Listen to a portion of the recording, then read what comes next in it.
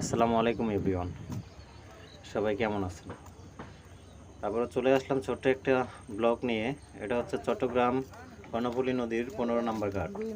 তো যাত্রীরা কিভাবে ঘাট পারাপার হয় সেই দৃশ্যটাই দেখাবো আজকে। এটা হচ্ছে টিকিট কাউন্টার। নৌকা ভ্রমণের জন্য পারাপার হওয়ার জন্য এখানে টাকা পে করে নৌকাতে উঠতে হবে।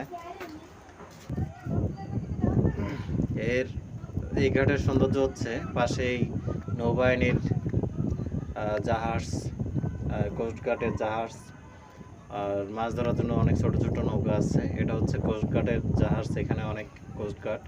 আর এসব হচ্ছে এবার থেকে মালামাল নিয়ে যাচ্ছে চট্টগ্রাম আনোয়ারাতে। আনোয়ারা হচ্ছে একটা গ্রাম অঞ্চল। তো আমি এই নৌকাতে উঠবো, আর এই নৌকাতে মালামাল। তো আমার এই নৌকাটা ছাড়তে একটু দেরি, যাত্রী কম, মাত্র 2 জন উঠছে। তো ওঠার পর দেখলাম যে পাশ থেকে একটা নৌকা আসতেছে অনেকগুলো যাত্রী নিয়ে। তো দেখতে অনেক ভালো লাগতেছে, নৌকা ভর্তি যাত্রী।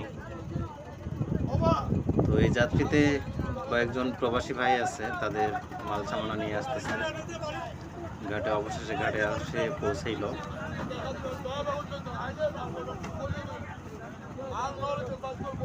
যে কার্টুন বক্স দেখতেছেন, এইসব মাল হচ্ছে প্রবাসীদের। পাশেই এয়ারপোর্ট। তো আমার নৌকা ভ্রমণটা সত্যি অনেক ভালো লাগে, যার কারণে মিস করি। সব সময় ওঠার সময় হয় না, বা ওরকম সুযোগ সময় মিলে না।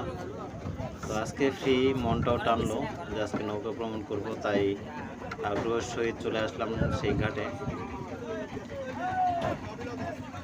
তো এনারা বেশিরভাগ এই নৌকা দিয়েই ঘাট পারাপার হয়। বিশেষ করে একটা জিনিস খারাপ লাগলো, এই যে ছোট ছোট বাচ্চা নিয়ে ধরেন যে নদী সাগর পার হচ্ছে।